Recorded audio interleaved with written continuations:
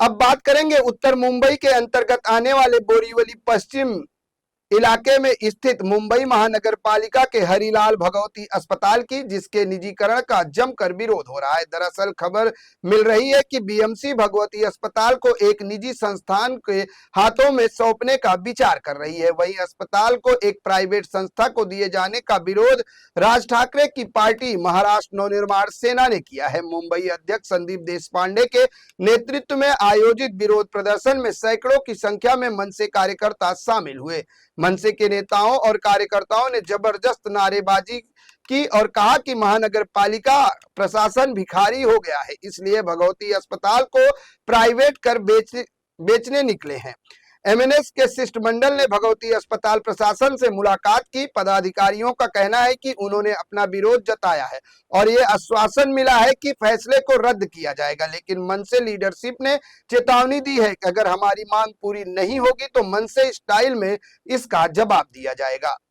है कि भगवती प्राइवेटायझेशन चालू है, पीपीपी तत्वावरती ते प्रायव्हेट करतात, पब्लिक प्रायव्हेट पार्टनरशिप।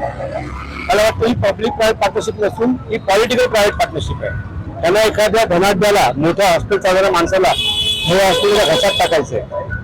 त्यांनी काय होणार आहे, सामान्य जनता पालघर पासून या भगवती हॉस्पिटल येते, पालघर ते गोरेगाव एवढं मोठं हॉस्पिटल मध्ये कुठेच नाहीये।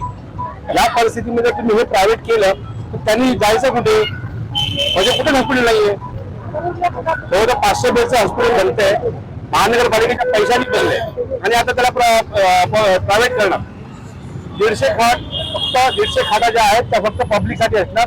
त्याच्यामध्ये पण अल्प दरात जे आपल्याला 10 रुपयाचा केस पेपर काढल्यावर फ्री हॉस्पिटल चालायचं ते आज प्रायव्हेट ह्याच्यामध्ये जाणार आणि 50% सवलती मध्ये लोक देणार आपल्याला।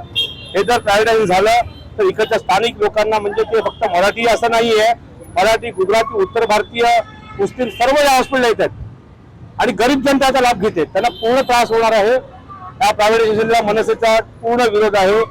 जर झालं तर आमची पूर्ण गेटवरती ताकद उभी राहील। कोणता डॉक्टर येतोय आणि कोणता प्रायव्हेट मालक येतोय ते आम्ही बघतो, त्याला सडेतोड उत्तर मिळणार।